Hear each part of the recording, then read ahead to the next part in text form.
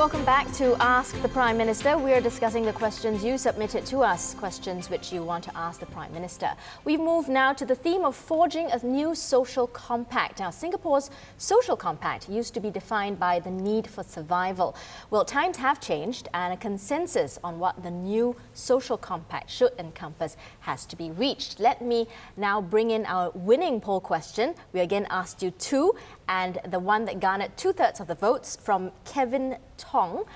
He sent a text message asking if there is one attitude of Singaporeans that you could change, what would it be and how would you change it? I think I'll choose two. The first attitude is to not ask the government to solve all the problems. I think there's a certain mindset in Singapore. Every time a problem comes up, the immediate question is, what is the government going to do about it? And including, what is the government going to do about this mindset?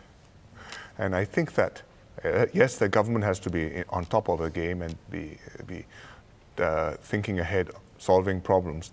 But when issues come up, we really would like people to take the attitude, what can I do about it? What can we do together about it? How can we solve this problem and do something and make a difference in our own lives?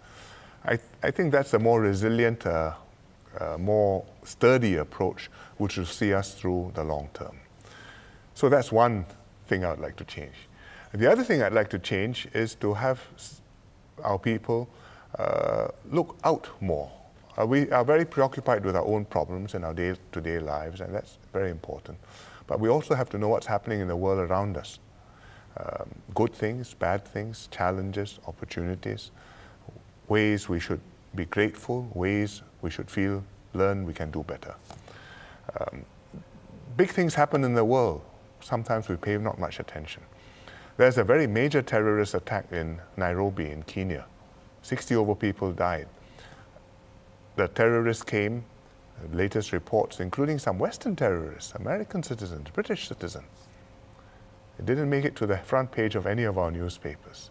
What is on the front page? Ceiling fell down at a shopping center for several days in a row. Ceilings are important, but I think we need to look out to the rest of the world because they impact on our lives in a huge way.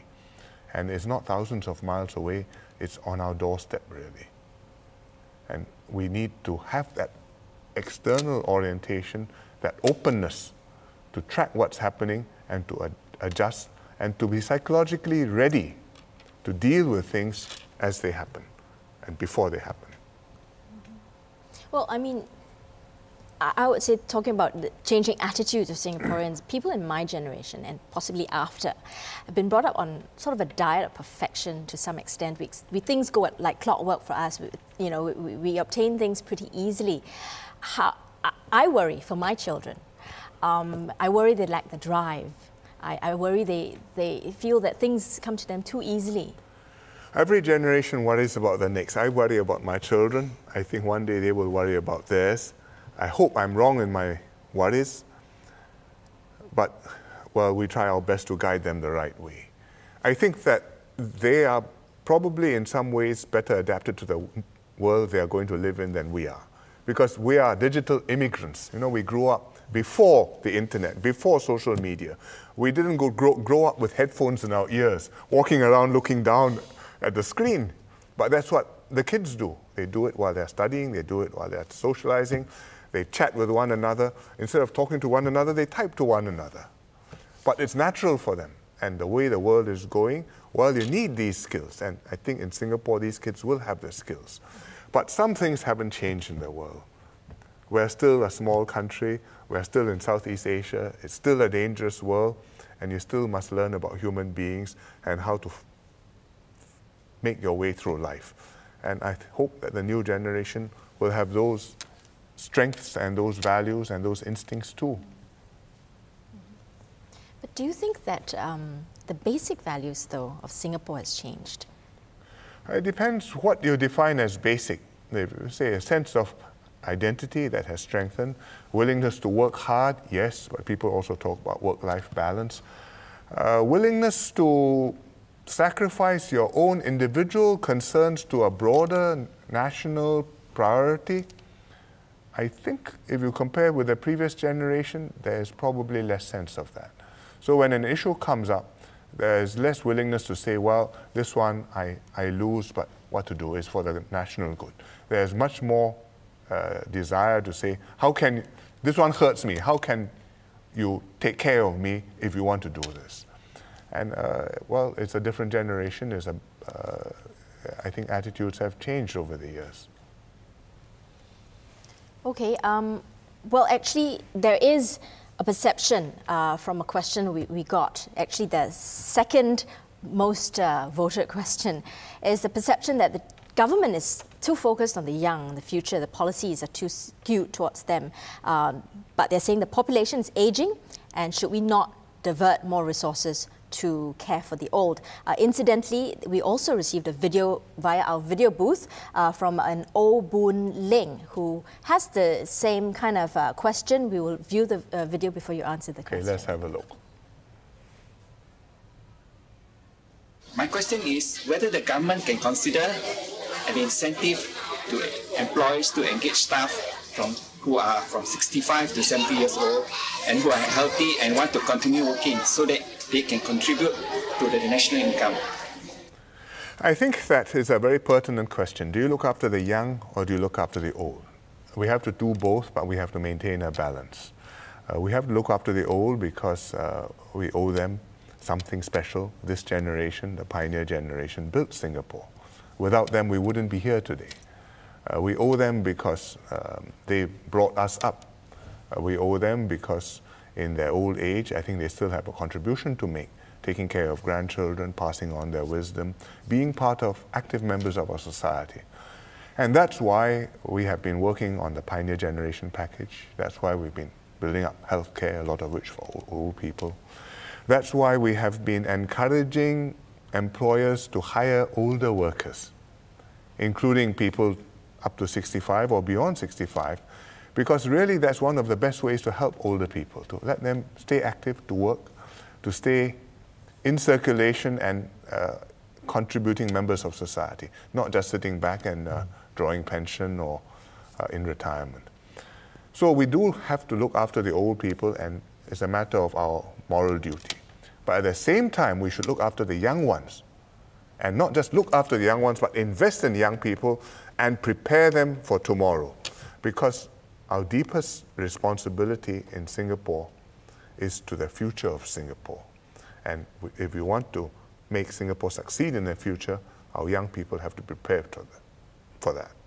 Which means education, which means training, which means developing in them the values, the attitudes which will help them to succeed as a society, help them to stay together as a society, and build a nation with them. I'd like to just, jump in and just read to you a nice tweet that we got from Joshua, who says that politics nowadays is about perception, about being populist. But as a visiting politician said, being the government is about doing what is right for the nation and not about being re-elected. And the government does need feedback along the way. We're glad you are listening and glad that doing right for Singapore is what you're concerned about. I don't think politics today is about perception and about just appearing good. I think politics has to be about serious things, and the quote could have been from a visiting politician. It could easily have been from any PAP minister, because that is what we have been saying, that you must do the right thing, you must have conviction in what you're doing. But one point where I disagree with the quote, at the end of the day, you also must make sure that you win the next election, because if you can't win the election, then you can't do any good for the people. Peter made two very good points about winning the election and also investing in our young.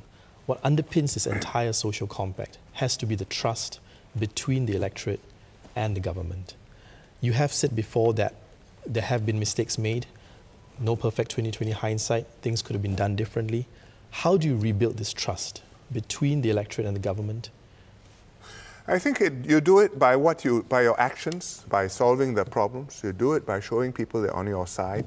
And finally, it's a matter of the feeling that you are with them, that they can rely on you. You will fight with them. It's to a certain extent, you can do it by talking and having speeches and writing and explaining what you say and doing it well. But to a very considerable extent, building trust comes from working together. If I have a crisis, I live through the crisis, I tackle the crisis, we surmount the crisis together. That makes a difference. The haze comes, we're able to react.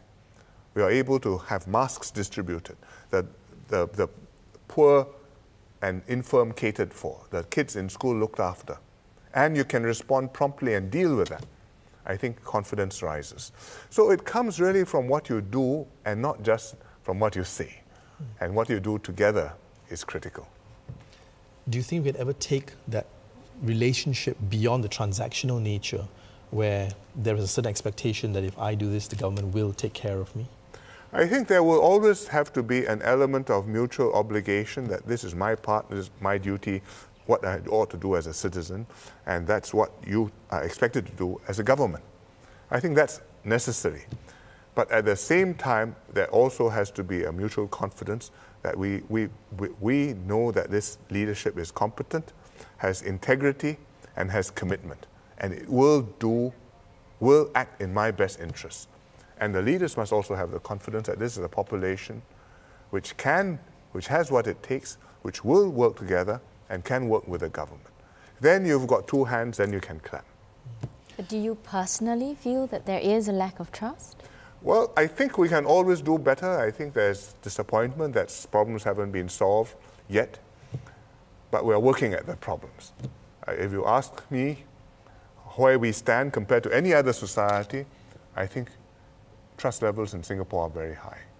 Trust in the government, trust in one another, trust in law and order. This is a society where people can rely on the system and they know that the system works.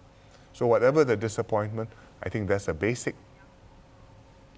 level which we must maintain and we must build on that. PM, in a lot of the discussions about social compact, one phrase kept coming up, both in discussions in the newsroom as well as the questions that were being put to us: work-life balance. Yeah. And nowadays we even have students, they haven't even entered the workforce yet, and they're talking about the need for a work-life balance. Do you think Singaporeans understand the trade-offs that are involved in what they're asking for? Are they prepared to make sacrifices for that balanced lifestyle? And realistically, can a small economy like ours ever take the foot off the pedal? Well, actually, there is a tweet actually that supports what Walter just said from T. Hao, who says he feels that the mentality among the youth is a problem. He says the attitude is not there, it's not large, capacity is not big enough. I would not write off young people. I think there are a lot of very hardworking young people and very altruistic young people who do a lot of good work beyond themselves. But I do think that work-life balance has become a tag phrase, popular, very popular. I think they call it a meme on the internet. And you're not quite sure what it means, except that you would like to have a bit more free time and a bit less stress and pressure in life, which is quite understandable. But I don't think that we are very clear exactly what we want or exactly what the trade-offs are. Because in fact, you must be, if you just decided to relax, you know, I don't have to be the best, I can be number 3 on the list, that's good enough. You won't stay number 3 on the list. I mean, very soon you will go heading down. You must keep on trying to climb. You may not reach the top, but I'm trying to get there.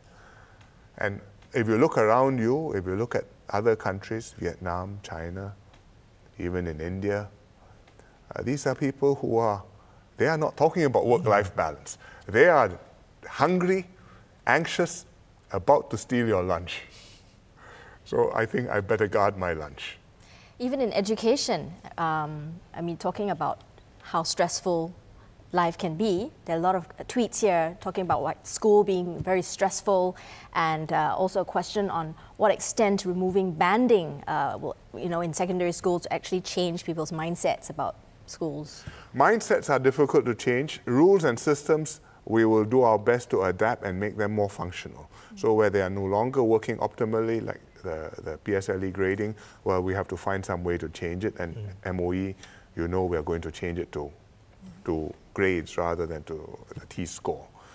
But the mindset to want to work hard, whether you're in China, whether you're in Taiwan, whether you're in Korea, in Japan, everywhere I go, I see tuition centers, I see advertisements that say, so many of my students got into Tokyo University or got into Beijing University. And please sign up, one-on-one tuition. And next door there are another 3 tuition centers. So the tuition centers are under pressure too. And in Singapore too.